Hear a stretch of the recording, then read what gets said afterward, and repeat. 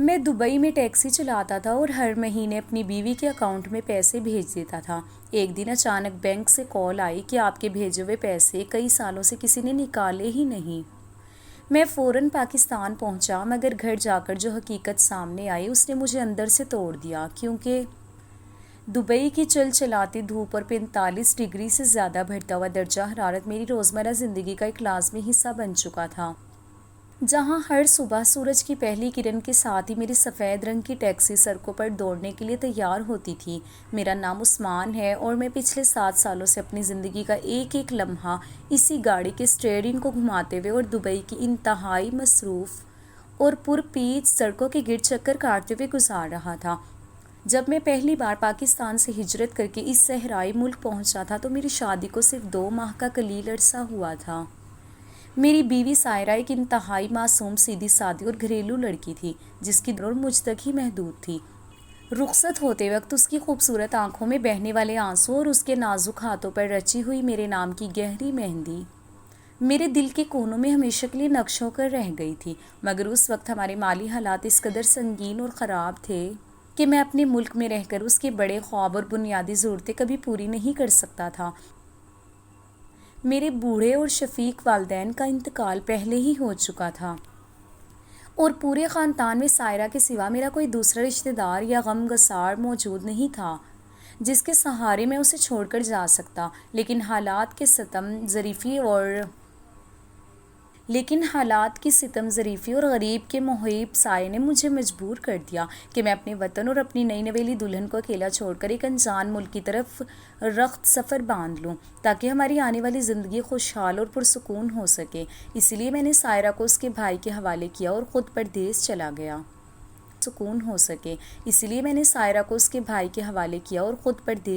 گیا۔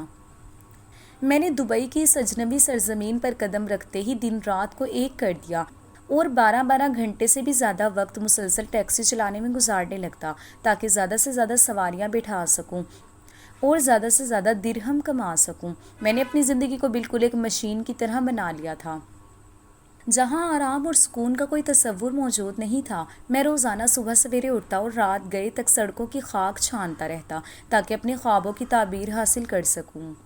میں نے اپنے کھانے پینے کے اخراجات میں اس قدر کنجوسی اور احتیاط برتنی شروع کر دی تھی کہ بعض اوقات دن میں صرف ایک وقت ہی روکھی سوکھی روٹی پر گزارا کر لیتا تھا۔ میں نے اپنے لیے کبھی کوئی نیا کپڑا یا جوتا نہیں خریدا اور نہ ہی کبھی دبئی کے خوبصورت مقامات کی سیر کرنے کی کوشش کی، کیونکہ میری نظر میں وہ تمام پیسے جو میں اپنی ذات پر خرچ کرتا وہ دراصل سائرہ کے مستقبل کے پیسے تھے۔ بچانا میرا سب سے پہلا اور آخری فرض تھا۔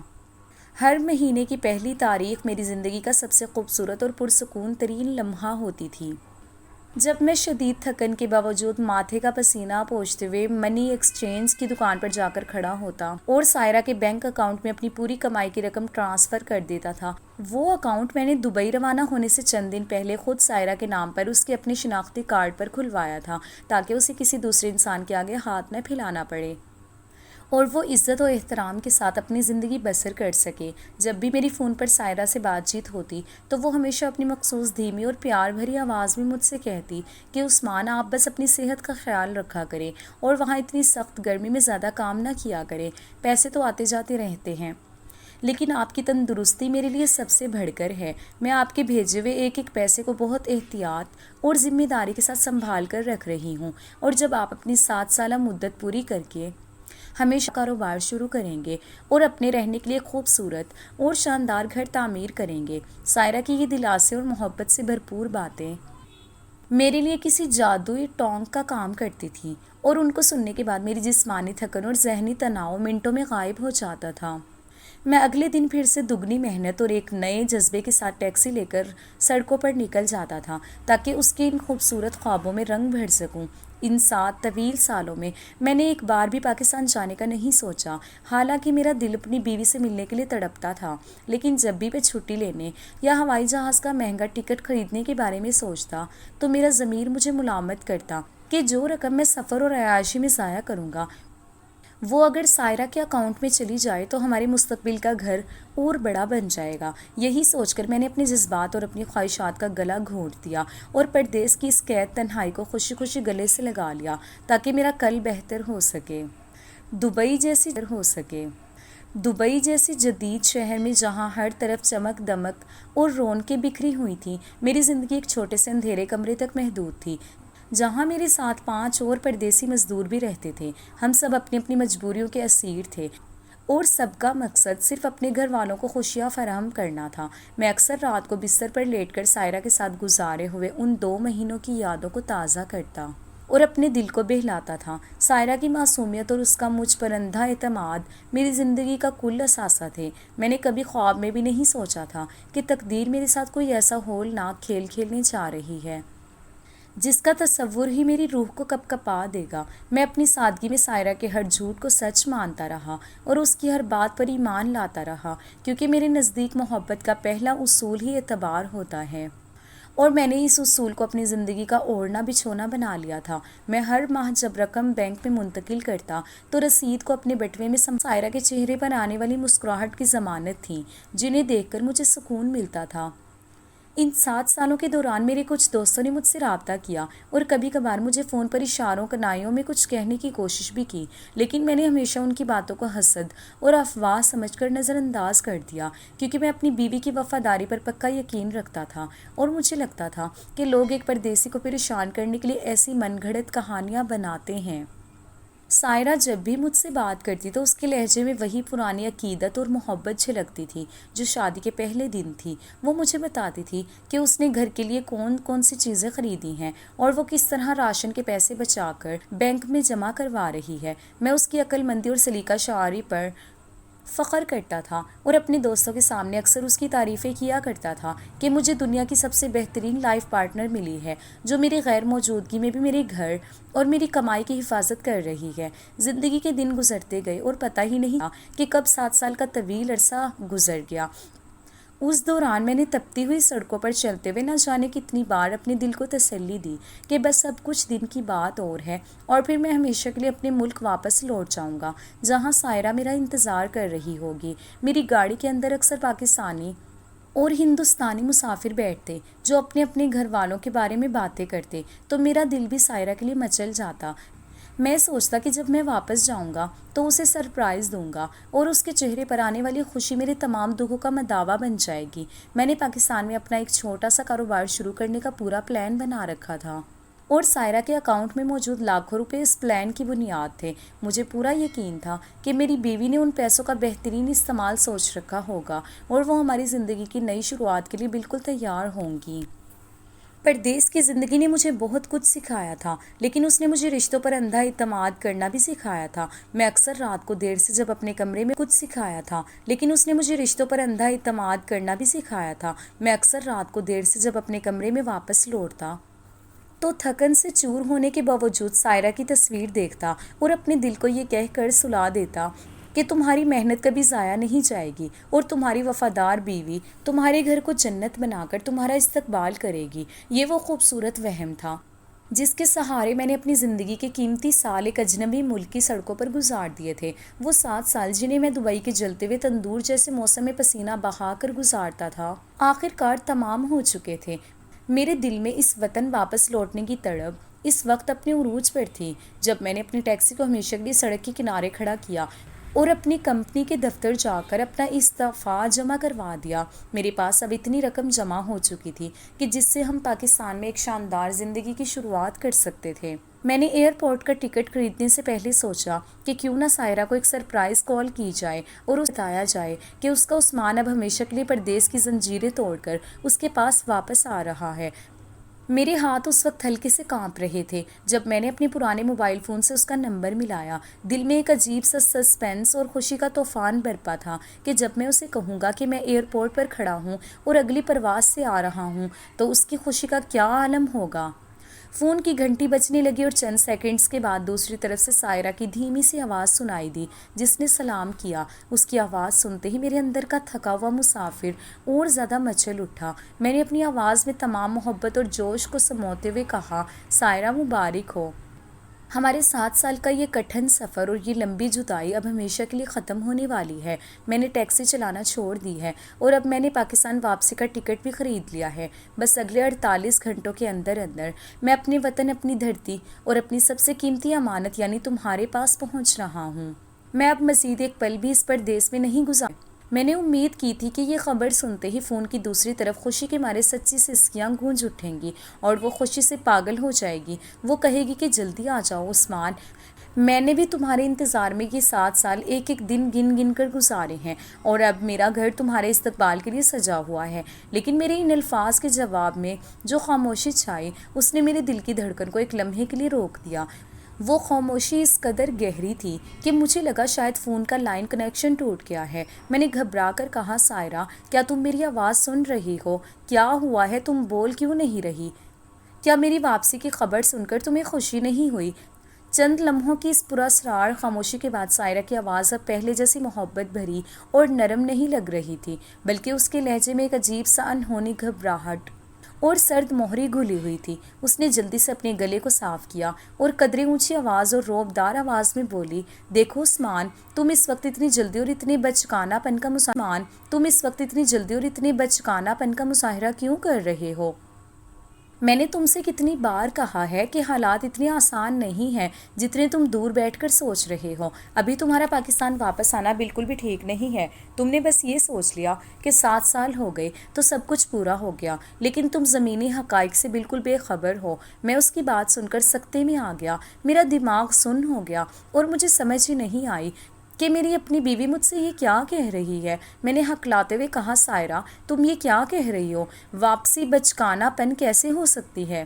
7 سال کوئی 2 دن نہیں ہوتے۔ میں نے اپنی جوانی کے بہترین سال اس سڑکوں کی دھول میں کھپا دیے ہیں، صرف اس لیے کہ ہم ایک دن ایک ساتھ سکون کی زندگی گزاریں گے۔ اور اب جب کہ میں سب کچھ چھوڑ چھاڑ کر تمہارے پاس آ رہا ہوں تو تم مجھے کہہ رہی ہو کہ واپس مت آؤ۔ آخر ماجرا کیا ہے؟ تم کیا چاہتی ہو کہ میں ہمیشہ کے لیے اسی پردیس میں سسک سسک کر مر جاؤں؟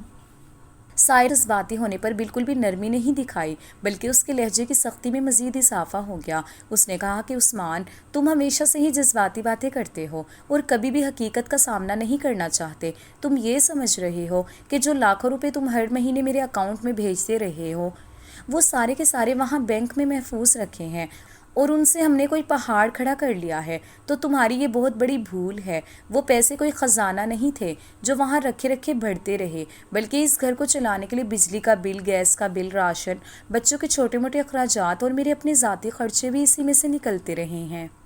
اور سچ کہوں تو مہنگائی اس قدر بڑھ چکی ہے کہ پچھلے چند سالوں میں تو حالات اتنے خراب ہو گئے تھے کہ مجھے مجبوری کے تحت اس بینک اکاؤنٹ میں سے پیسے نکال کر خرچ کرنے پڑے ہیں تاکہ ہمارا گزارا ہو سکے۔ اس کی یہ بات سن کر میرے پیروں تلے سے زمین نکل گئی، میرا وجود اندر سے لرز اٹھا اور آنکھوں کے آگے اندھیرا چھانے لگا۔ میں نے اپنے آپ کو سنبھالنے کی کوشش کی اور کہا، سائرہ تم یہ کیا ہو؟ کون سے بچے اور کون سے خرچے؟ ہمارے تو اولاد بھی نہیں ہے۔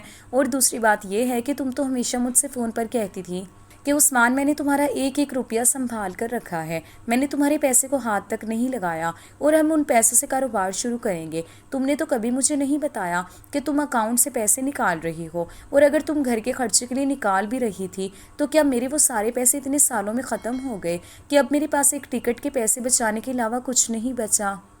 فون پر سائرہ کا لہجہ اب اور زیادہ کٹھور اور بے پرواہ ہو چکا تھا۔ اس نے کہا، تم مجھ پر اس طرح الزام تراشی کیوں کر رہے ہو جیسے میں نے کوئی چوری کر لی ہو؟ تم باہر عیش کی زندگی گزار رہے تھے اور یہاں اکیلی عورت پر کیا گزرتی ہے، اس کا تمہیں کیا اندازہ ہے؟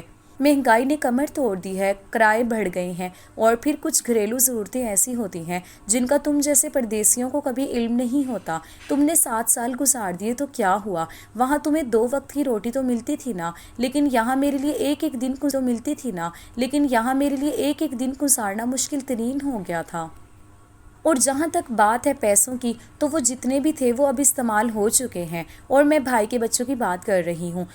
وہ بھائی جس کے آسرے پر تم مجھے چھوڑ کر گئے تھے وہ بے روزگار ہے اور اسی لیے اس کے بچوں کی ذمہ داری میں نے اٹھائی ہوئی ہے۔ اب اگر تم اچانک بغیر بتائے پاکستان آ جاؤ گے تو ہمارے پاس نہ کوئی کاروبار کرنے کے لیے رقم ہوگی اور نہ ہی تمہیں کھلانے کے لیے کچھ ہوگا۔ اس لیے بہتر یہی ہے کہ تم ابھی اپنا ٹکٹ کینسل کرواؤ اور مزید 1 یا 2 سال وہیں رک کر اور زیادہ محنت کرو تاکہ کچھ نئے پیسے جمع ہو سکیں۔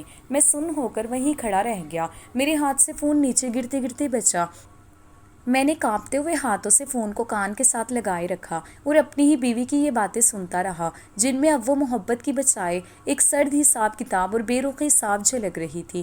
میرا دل چاہ رہا تھا کہ میں چینخ چینخ کر پوچھوں کہ اگر سارے پیسے خرچ ہو ہی چکے ہیں اور میرے پاس اب کچھ نہیں بچا تو پچھلے 7 سالوں سے تم مجھے جھوٹ کیوں بولتی رہی؟ تم کیوں کہتی رہی کہ عثمان تمہارا اکاؤنٹ بھرا ہوا ہے اور تمہاری محنت محفوظ ہے؟ تم نے کیوں مجھے اس فریب میں مبتلا رکھا کہ میں دن رات اپنی صحت کو برباد کر کے صرف اس لیے کما رہا ہوں کہ میرا مستقبل سنور سکے؟ میں نے ایک بار پھر اپنے اندر کی ساری ہمت جمع کی اور دھیمی مگر کانپتی ہوئی آواز میں کہا، سائرہ تم مجھے سچ سچ بتاؤ، کیا واقعی بینک اکاؤنٹ میں 1 روپیہ بھی باقی نہیں ہے؟ کیا وہ تمام سالوں کی کمائی جو میں نے اپنی ایک ایک سانس کو بیچ کر کمائی تھی وہ ہوا میں اڑ گئی ہے؟ اور سب سے بڑی بات یہ ہے کہ تم مجھے اتنے دنوں سے پاکستان آنے سے کیوں روک رہی ہو؟ کیا کوئی ایسی بات ہے جو تم مجھ سے چھپا رہی ہو؟ میرا دل بہت زیادہ گھبرا رہا ہے اور مجھے ایسا محسوس ہو رہا ہے جیسے میرے ارد گرد کی دنیا اچانک بدل گئی ہے۔ تم وہ انسان نہیں ہو جسے میں چھوڑ کر گیا تھا۔ تم ہر وقت شک کرنے کی عادت چھوڑ دو۔ تم وہاں بیٹھے بیٹھے پتہ نہیں کیا کیا خیالات اپنے ذہن میں پال لیتے ہو۔ میں نے تمہیں صاف صاف بتا دیا ہے کہ پیسے خرچ ہو چکے ہیں اور حالات بہت تنگ ہیں۔ اب اگر تم میری بات نہیں مانو گے اور زبردستی یہاں آ جاؤ گے تو یاد رکھو تمہیں یہاں آ کر صرف ذلت اور پریشانی کے علاوہ کچھ نہیں ملے گا، کیونکہ میرے پاس اس وقت نہ تو تمہیں رکھنے کے لیے کوئی جگہ ہے اور نہ ہی تمہاری واپسی کے اخراجات اٹھانے کے لیے کوئی رقم ہے۔ اس لیے تم نے جو بات سوچی ہے اسے یہیں ختم کر دو اور جا کر دوبارہ اپنی ٹیکسی میں بیٹھو اور کام کرو۔ اس نے میری مزید کوئی بات سنے بغیر ہی فون کاٹ دیا۔ ٹوں ٹوں کی وہ آواز جو فون بند ہونے پر آئی میرے کانوں میں ایسے گونج رہی جیسے کسی نے میرے سینے میں کوئی زہریلا تیر مار دیا ہو۔ میں دیر تک اسی طرح ہجوم کے درمیان بت بنا کھڑا رہا۔ ارد گرد سے لوگ گزرتے رہے، گاڑیاں ہارن بجا رہی تھیں، دبئی کی سڑکوں پر روزمرہ کا شور شرابہ اسی طرح جاری تھا، لیکن میرے لیے پوری دنیا کی آوازیں ذہن میں وہ تمام 7 سال ایک فلم کی طرح گھومنے لگے جب میں نے بھوکے رہ کر اپنی جوانی کو تپتی ہوئی سڑکوں پر گلا کر وہ پیسے کمائے تھے، اور اب جب میں اپنی منزل پر پہنچنے والا تھا تو میری اپنی زندگی کی سب سے بڑی امانت نے مجھے اپنے گھر کی دہلیز پر پاؤں رکھنے سے بھی صاف منع کر دیا تھا۔ میرا دل اندر سے ٹوٹ چکا تھا، لیکن اس کے باوجود میرے اندر ایک ایسا سوال اٹھ کھڑا ہوا تھا جس کا جواب اب مجھے خود جا کر ڈھونڈنا ہی تھا۔ اگرچہ سائرہ نے مجھے سختی سے منع کر دیا تھا کہ میں واپس نہ آؤں، لیکن اس کی اس شدید مخالفت اور گھبراہٹ نے میرے اندر کے شک کو اس قدر بڑھا دیا تھا کہ اب میں ایک لمحہ بھی مزید دبئی کی اس زمین پر رکنے کا تصور نہیں کر سکتا تھا۔ مجھے محسوس ہوا کہ کوئی بہت بڑا فریب اور کوئی بھیانک سچ میرے گھر کے اندر چھپا ہوا ہے جسے مجھ سے دانستہ طور پر چھپایا جا رہا ہے۔ فون میرے کان کے ساتھ لگا رہا اور ٹوں ٹوں کی آواز خلا میں گھلتی چلی گئی۔ سائرہ کی وہ سخت اور بے نیاز باتیں میرے اعصاب پر کسی ہتھوڑے کی طرح برس رہی تھیں۔ میرا دل ایک عجیب سی کشمکش میں مبتلا ہو چکا تھا کہ اب مجھے کیا قدم اٹھانا چاہیے۔ ایک طرف تو میرا دل شدت سے چاہ رہا تھا کہ میں سب کچھ چھوڑ چھاڑ کر اسی وقت پاکستان کا ہوائی ٹکٹ خرید لوں اور جا کر اپنی آنکھوں سے دیکھوں کہ آخر کار ماجرا کیا ہے، لیکن دوسری طرف سائرہ کی وہ سختی اور یہ حقیقت کہ میرے اکاؤنٹ میں اب 1 روپیہ بھی نہیں بچا میرے پیروں کی زنجیر بن گئی تھی۔ میں سوچنے پر مجبور ہو گیا کہ اگر میں واقعی اس حالت میں جب میری جیب بالکل خالی ہو چکی ہے پاکستان پہنچ گیا تو میں اپنی بیوی کو کیا منہ دکھاؤں گا اور ہم دونوں کا گزر بسر کیسے ہوگا؟ کیا 7 سال کی تپتی ہوئی ریت اور مشین بنی ہوئی زندگی کا صلہ یہی نکلنا تھا کہ میں واپس جاؤں تو ایک ویران گھر اور خالی ہاتھ میرا استقبال کریں؟ انہی تلخ اور اداس خیالات میں گھیرے ہوئے میں نے اپنے کمرے کے اس چھوٹے سے بستر پر بیٹھ کر اپنے سر کو دونوں ہاتھوں میں تھام لیا۔ باہر دبئی کی سڑکوں پر رات کا اندھیرا گہرا ہو چکا تھا اور میرے پانچوں کمرہ شراکت دار اپنی اپنی تھکن مٹانے کے لیے گہری نیند سو رہے تھے، لیکن میری آنکھوں سے نیند کو جیسے کسی نے ہمیشہ کے لیے چھین لیا تھا۔ میں نے بار بار سوچا کہ کیا واقعی مجھے ابھی پاکستان کا رخ کرنا چاہیے یا سائرہ کی بات مان کر چند مہینے اور اسی اندھیرے کمرے اور تپتی سڑکوں پر گزار لینے چاہیے۔ میرا ضمیر مجھے ملامت کرتا کہ جو بیوی پچھلے 7 سالوں سے میری ایک ایک پیسے کو سنبھالنے کا دعویٰ کرتی رہی ہو، وہ اچانک اتنی بے پرواہ کیسے ہو سکتی ہے اور اب وہ کہے کہ سارے پیسے خرچ ہو چکے ہیں۔ کیا میں نے اس پر حد سے زیادہ اندھا اعتماد کر لیا تھا یا پھر سچ مچ مہنگائی اور حالات کی ستم ظریفی اتنی بڑھ چکی تھی کہ ایک اکیلی عورت کے لیے گھر چلانا ناممکن ہو گیا تھا؟ میرے دماغ میں سوالوں کا ایک ایسا طوفان برپا تھا جس کا کوئی حل نظر نہیں آ رہا تھا۔ کبھی میرا دل کرتا کہ میں اپنی اس نوکری کے استعفے کو واپس لے لوں اور دوبارہ جا کر اپنی اسی پرانی سفید ٹیکسی کا اسٹیئرنگ تھام لوں، اور کبھی غصے کی لہر میرے پورے وجود کو جلا کر رکھ دیتی کہ اب جب میں نے دبئی کی اس قید کو خیر آباد کہہ ہی دیا ہے تو پیچھے ہٹنے کا کیا جواز بنتا ہے۔ میں نے پوری رات کروٹیں بدلتے ہوئے اسی سوچ میں گزار دی کہ آیا میرا واپس جانا عقل مندی ہوگا یا یہیں رک کر کچھ اور درہم کمانا بہتر رہے گا، تاکہ جب میں اپنے وطن کی دہلیز پر قدم رکھوں تو کم از کم میرے ہاتھ میں اتنی رقم تو ہو کہ میں کسی کے آگے ہاتھ پھیلانے پر مجبور نہ ہوں۔ صبح کا سورج نکلا تو میری ہڈیوں میں تھکن کا ایک نیا عذاب اتر چکا تھا، مگر میری فیصلے کی گھڑی نے مجھے اور زیادہ الجھا دیا تھا۔ میں نے آخر کار بڑی مشکل سے یہ طے کیا کہ شاید سائرہ کی بات میں کچھ تو وزن ہوگا۔ آخر کار عورت ذات اکیلی گھر سنبھالتی ہے، اور اگر پیسے واقعی خرچ ہو چکے ہیں تو میرا اس طرح بغیر کسی پونجی کے اکیلے جانا ہماری بقیہ زندگی کو بھی خطرے میں ڈال سکتا ہے۔ میں نے بھاری دل کے ساتھ اپنی کمپنی کے ذاتی مسائل کی وجہ سے میرے حالات تھوڑے خراب ہو گئے ہیں، اور اگر ممکن ہو تو کیا میں اپنی ٹیکسی چلانے کا کام کچھ مہینے اور جاری رکھ سکتا ہوں۔ میری اس بات پر مینیجر نے پہلے تو کچھ حیرت کا اظہار کیا، کیونکہ میں نے باقاعدہ اپنا حساب کتاب چکا کر جانے کا کہہ دیا تھا، لیکن چونکہ کمپنی کو اچھے اور پرانے ڈرائیوروں کی ضرورت ہمیشہ رہتی ہے، اس نے مجھے اجازت دے دی اور کہا کہ تم جب تک چاہو کام جاری رکھ سکتے ہو۔ یوں میں ایک بار پھر اسی حبس زدہ ماحول، اسی سنسان اور پرپیچ سڑکوں اور اسی بے رنگی زندگی کی چکی میں واپس پسنے کے لیے اتر آیا۔ میرے دن اور رات اب پہلے سے بھی زیادہ بوجھل ہو گئے تھے، کیونکہ اب میرے دل میں وہ امید، وہ خوشی باقی نہیں رہی تھی جو پچھلے 7 سالوں سے مجھے جلائے رکھتی تھی۔ اب تو بس ایک روبوٹ کی طرح جینا اور ہر روز صبح اٹھ کر سڑکوں پر دھکے کھانا میرا مقصود بن چکا تھا، اور ہر رات جب میں سونے کے لیے لیٹتا تو میری آنکھوں کے سامنے سائرہ کا وہ بدلا ہوا اور روکھا لہجہ گھومتا رہتا جو مجھ سے کہہ رہا تھا کہ تم ابھی واپس نہیں ہوئے ہوں گے، اور میں اپنی دبئی کی ایک مصروف شاہراہ پر اپنی ٹیکسی کی رفتار دھیمی کیے کسی سواری کے انتظار میں بیٹھا تھا کہ اچانک میری جیب میں رکھے پرانے موبائل فون کی گھنٹی بج اٹھی۔ میں نے اسکرین پر دیکھا تو ایک نامعلوم اور طویل بین الاقوامی نمبر جگمگا رہا تھا جو بظاہر پاکستان کا ہی کوئی کوڈ لگ رہا تھا۔ میں نے سوچا شاید پاکستان سے کسی جاننے والے یا رشتہ دار کا فون ہوگا، اسی لیے میں نے بغیر کسی پریشانی کے کال کا بٹن دبا دیا اور کان کے ساتھ فون لگا کر کہا، ہیلو، کون بول رہا ہے؟ فون کی دوسری طرف سے چند لمحوں کے لیے ہلکی سی کھڑکھڑاہٹ کی آواز آئی، اور پھر ایک انتہائی سنجیدہ، بھاری اور باضابطہ مردانہ آواز ابھری جس نے انتہائی نپا تولا لہجہ اختیار کرتے ہوئے کہا، کیا میری بات عثمان صاحب سے ہو رہی ہے جو اس وقت دبئی میں مقیم ہیں اور جو پاکستان سے تعلق رکھتے ہیں؟ اس انجان شخص کے منہ سے اپنا نام سن کر میرے ماتھے پر بل پڑ گئی۔ میرا دل ایک لمحے کے لیے بیٹھا کہ پردیس میں اس طرح کوئی اجنبی میرا نام لے کر کیوں پکار رہا ہے۔ ہوا کہ میں دبئی میں ہوں۔ میں نے سنبھل کر جواب دیا، جی ہاں، میں عثمان ہی بول رہا ہوں۔ آپ کون ہیں اور آپ کو مجھ سے کیا کام ہے؟ اس طرف موجود شخص نے قدرے گہرا سانس لیا اور اپنے لہجے کو مزید سرکاری بناتے ہوئے کہا، عثمان صاحب، میرا نام سلمان ہے اور میں پاکستان کے فلاں شہر کے مرکزی بینک کی اسی برانچ کا مینیجر بول رہا ہوں جہاں آپ کا ایک مخصوص بینک اکاؤنٹ کھلا ہوا ہے، اور جس اکاؤنٹ میں آپ پچھلے 7 سالوں سے مسلسل ہر مہینے اپنی کمائی کی بڑی رقم منتقل کرتے رہے ہیں۔ میں نے یہ کال آپ کو ایک انتہائی ضروری اور ہنگامی سلسلے میں کی ہے، اس لیے میری بات کو بہت غور سے سنیے گا۔ بینک مینیجر کا نام سنتے ہی میرے پیروں کے نیچے سے جیسے زمین نکل گئی، میرا دل دھک سے رہ گیا اور میرے ہاتھ اس قدر شدت سے کانپنے لگے کہ مجھ سے فون سنبھالنا مشکل ہو گیا۔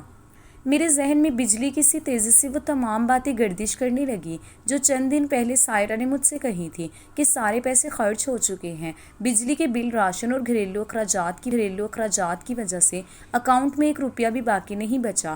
اب اگر بینک کا مینیجر مجھے خود فون کر کے اس اکاؤنٹ کے بارے میں پوچھ رہا ہے تو اس کا مطلب ہو سکتا ہے۔ میں نے بڑی مشکل سے تھوک نکلا اور خشک ہوتی ہوئی آواز میں مینیجر سے کہا، جی مینیجر صاحب، میں سن رہا ہوں، آپ پلیز بتائیں کہ کیا بات ہے، میرے اس اکاؤنٹ میں کیا مسئلہ ہو گیا ہے، کیا کوئی پریشانی ہے؟ مینیجر نے دوسری طرف سے اپنے کاغذات الٹنے پلٹنے کی آواز کے ساتھ سادگی سے بتانا شروع کیا، عثمان صاحب، پچھلے 7 سالوں سے آپ اس اکاؤنٹ میں باقاعدگی سے رقم بھیج رہے ہیں اور آپ کی محنت کی کمائی کا ایک روپیہ ہمارے ریکارڈ میں اس اکاؤنٹ کے اندر جمع ہوتا رہا ہے۔ قانون اور بینک کے اصولوں کے مطابق ہم اتنے عرصے سے اس بات کا انتظار کر رہے تھے کہ اکاؤنٹ کا مالک یا اس کا کوئی مجاز نمائندہ تشریف لائے گا اور اس بڑی رقم کو استعمال کرے گا، لیکن پچھلے اتنے طویل عرصے میں اس اکاؤنٹ سے ایک چونی تک نکالی نہیں گئی ہے۔ یہ رقم جوں کی توں بلکہ منافع سمیت محفوظ رکھی ہوئی ہے اور اس کا حساب اب لاکھوں روپے سے بھی کہیں زیادہ ہو چکا ہے۔ مینیجر کی یہ باتیں میرے کانوں میں پڑی تو مجھے یوں لگا جیسے کسی نے میرے سر پر زوردار ہتھوڑا مار دیا ہو۔ میری آنکھوں کے آگے اندھیرا چھانے لگا، سانس سینے میں اٹک گئی اور گاڑی کا سٹیئرنگ میرے ہاتھوں سے چھوٹتے بچا۔ میں نے اپنے آپ کو کسی طرح سنبھالا اور گاڑی کو سڑک کے بالکل کناروں پر لگا کر بریک کھینچ دی تاکہ میں پوری طرح اس بات کو سن سکوں۔ میری زبان لڑکھڑا رہی تھی اور میرے منہ سے نکلنے والے الفاظ بھی حلق میں پھنس رہے تھے۔ میں نے ہکلاتے ہوئے مینیجر سے پوچھا، مینیجر صاحب، آپ کیا کہہ رہے ہیں؟ ذرا دوبارہ بتائیے گا۔ آپ کہہ رہے ہیں کہ اس اکاؤنٹ سے 1 روپیہ بھی نہیں نکالا گیا، جبکہ میری بیوی تو مجھ سے فون پر کہتی تھی کہ اس نے سارے پیسے نکال لیے ہیں۔ وہ تو کہتی تھی کہ مہنگائی بہت زیادہ ہے اور گھر کے خرچے پورے کرنے کے لیے اس نے اکاؤنٹ کو بالکل خالی کر دیا ہے۔ تو پھر آپ یہ کیسے کہہ رہے ہیں کہ پیسے اپنی جگہ محفوظ ہیں؟ کیا آپ کسی اور اکاؤنٹ کی نہیں کر رہے؟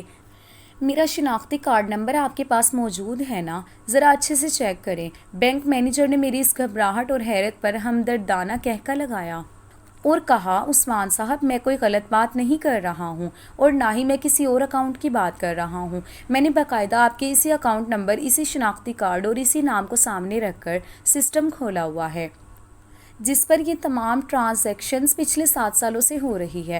بات آپ کی بیوی کی کہ وہ آپ سے کیا کہتی رہی ہے اور کیوں کہتی رہی ہیں، تو اس کا جواب تو شاید آپ کو پاکستان آ کر ہی مل سکتا ہے، لیکن بینک کے ریکارڈ کے لحاظ سے یہ بات 100% سچی اور حتمی ہے کہ اس اکاؤنٹ سے 1 روپیہ بھی کسی نے نہیں نکالا۔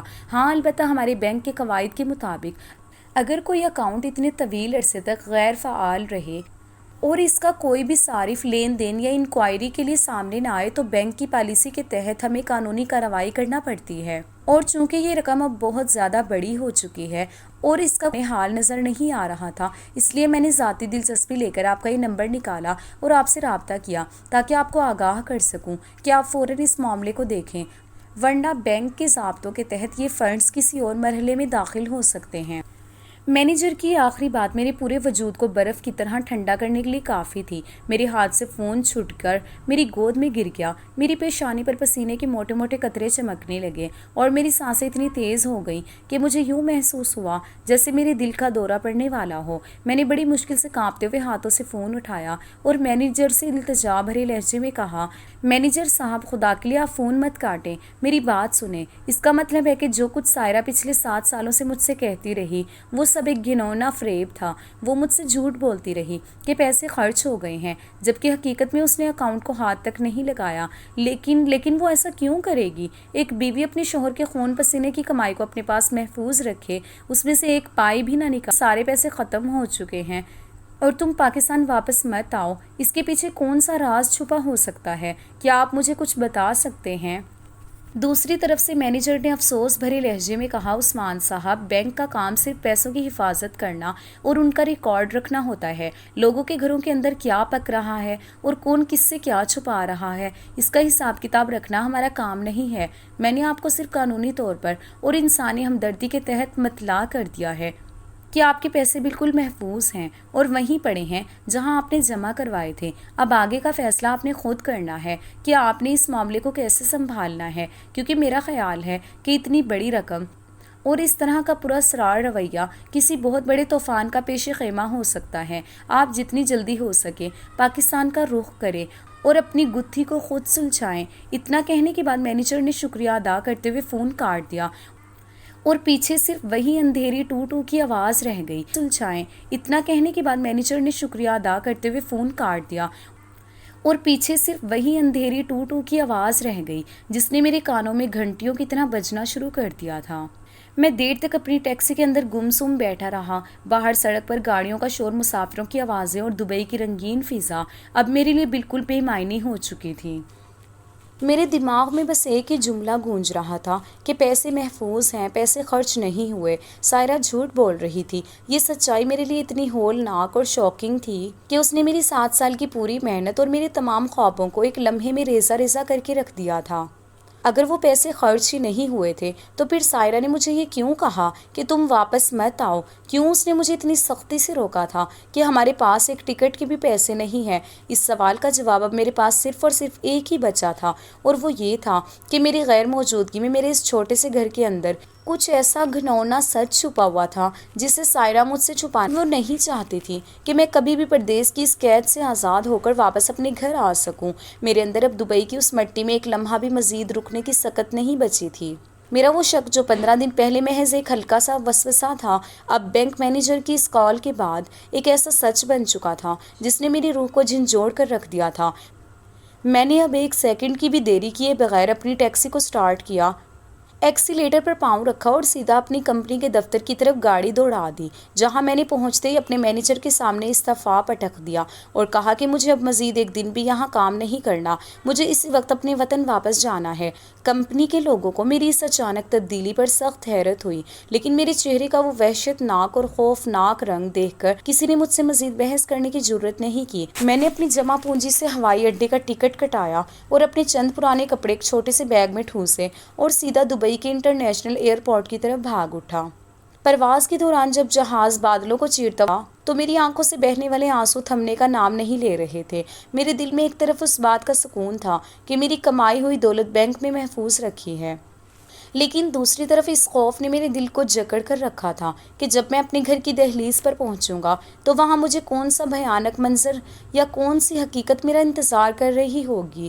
گھنٹوں کا یہ طویل سفر طے کرنے کے بعد جب میرا جہاز آخرکار پاکستان کی زمین پر اترا تو مجھے یوں لگا جیسے میں کسی امتحان میں شرکت کے لیے آ رہا ہوں۔ میں نے ایئرپورٹ سے باہر نکلتے ہی ٹیکسی کرائے پر لی اور اپنے اسی آبائی شہر کی طرف روانہ ہو گیا جہاں میری زندگی کا سب سے بڑا راز دفن تھا، اور جہاں میری بیوی سائرہ اس بات سے بالکل بے خبر تھی کہ اس کا پردیسی شوہر اب تمام پردے چاک کرنے کے لیے سیدھا اسی کے دروازے پر پہنچ چکا ہے۔ میرا ہاتھ جب دروازے کی کنڈی پر پڑا تو میں نے دیکھا کہ اس پر ایک بہت بڑا اور بھاری تالا لٹک رہا تھا جس پر گرد کی تہیں جمی ہوئی تھیں، اور وہ ایسے بند تھا جیسے مہینوں سے اسے کسی نے کھولا تک نہ ہو۔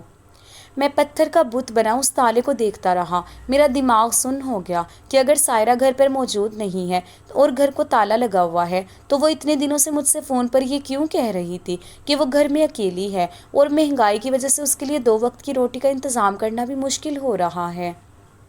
میرے پیروں کے نیچے سے زمین نکل گئی اور میں وہیں صحن کے باہر کھڑا ہو گیا۔ اتنے میں ساتھ والے گھر کی ایک بزرگ خاتون باہر نکلی۔ جنہوں نے مجھے اس طرح سامان سمیت کھڑے دیکھا تو وہ مجھے پہچان گئیں اور حیرت سے بولی، ارے عثمان بیٹا، تم اتنے سالوں بعد اچانک پردیس سے کیسے واپس آ گئے اور تم یہاں دروازے پر کیوں کھڑے ہو؟ میں نے لڑکھڑاتی ہوئی آواز میں ان بزرگ خاتون سے پوچھا، اماں جی سائرہ کہاں ہے؟ یہ گھر تو بند پڑا ہے اور اس پر تالا لگا ہوا ہے، جبکہ وہ تو مجھ سے روز فون پر بات کرتی تھی اور کہتی تھی کہ وہ گھر کے اندر ہی ہے۔ کیا آپ کو پتہ ہے کہ وہ کہاں گئی ہے اور کب سے یہاں نہیں ہے؟ محلے کی اس بزرگ خاتون نے ایک لمبا میں بیٹھے کیا خبر رکھتے، سائرہ کو اس محلے سے گئے ہوئے اب کافی عرصہ بیت چکا ہے۔ وہ تو یہاں اس گھر میں کب کی رہنا چھوڑ چکی ہے۔ جب تم نے اسے اکیلا چھوڑا تھا تو شروع کے کچھ مہینے تو وہ اکیلی رہی، لیکن اس کے بعد اس کا بھائی اسے اپنے ساتھ کسی اور جگہ لے گیا تھا اور اس کے بعد سے یہ گھر ہمیشہ کے لیے ویران پڑا ہے۔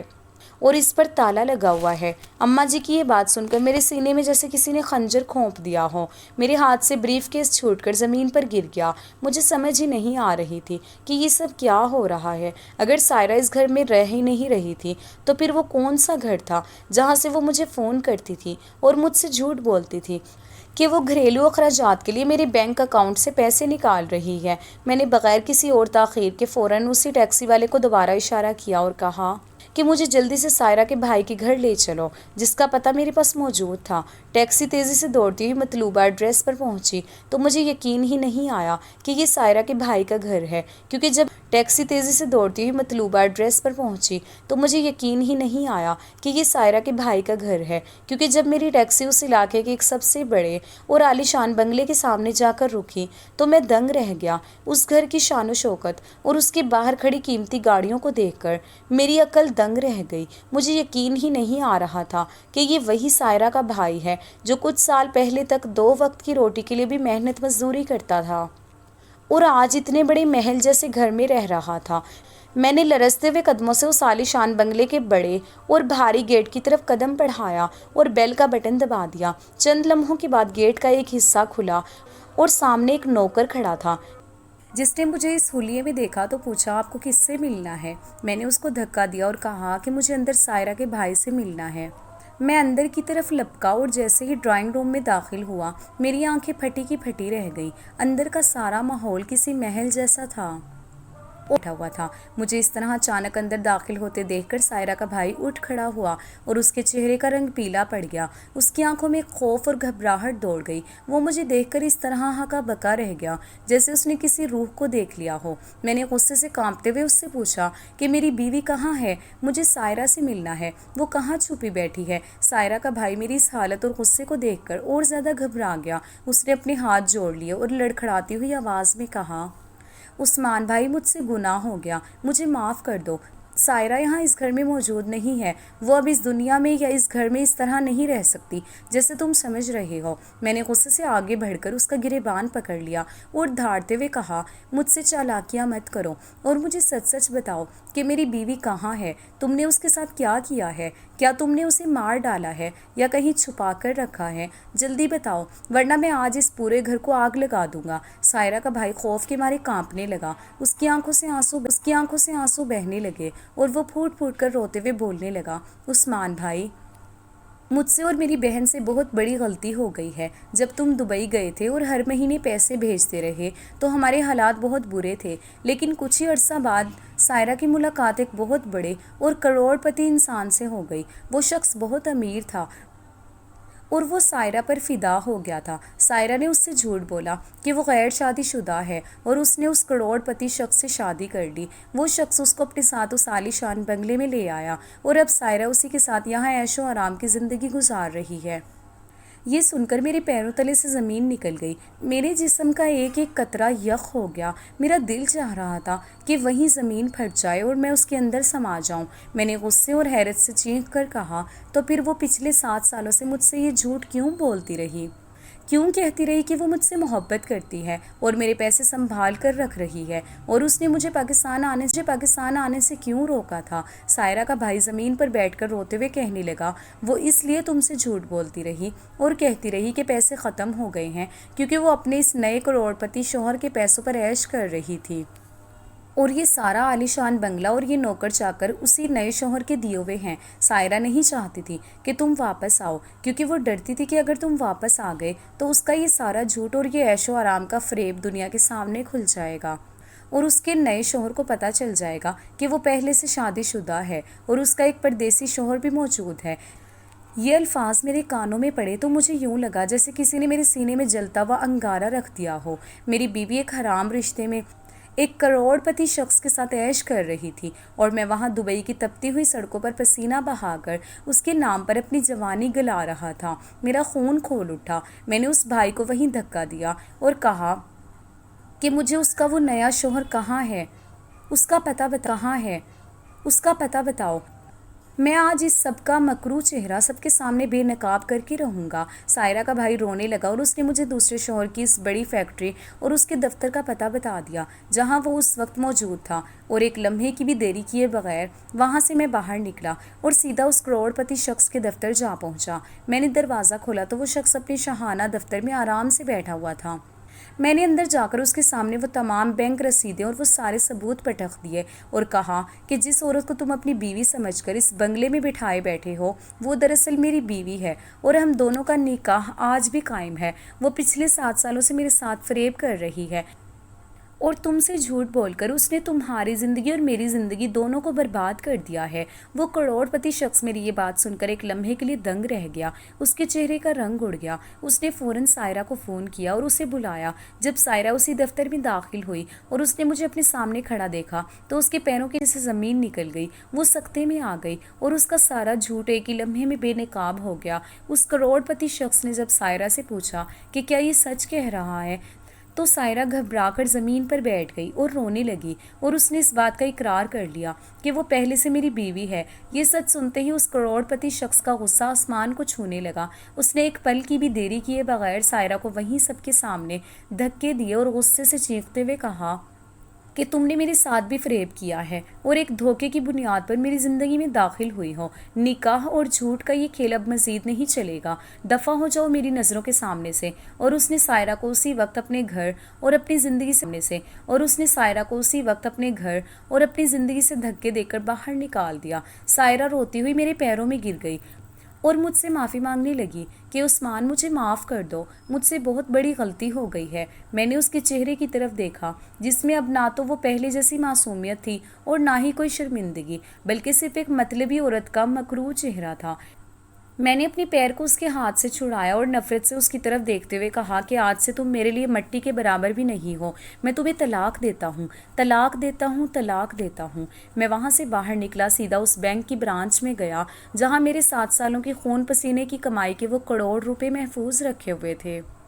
میں نے بینک مینیجر کے سامنے اپنے تمام اصلی کاغذات اور شناختی کارڈ پیش کیا اور وہ تمام رقم جو میں نے ایک ایک قطرہ پسینہ بہا کر کمائی تھی اپنے نام منتقل کروا لی۔ اس کے بعد میں نے اس شہر کو ہمیشہ کے لیے خیر آباد کہہ دیا اور اپنی اسی جمع پونجی سے اپنے ملک کے ایک دوسرے کونے میں نہیں تھا، کیونکہ اب وہ صرف ایک گہرا اور بدترین فریب بن کر میری زندگی سے ہمیشہ کے لیے مٹ چکی تھی۔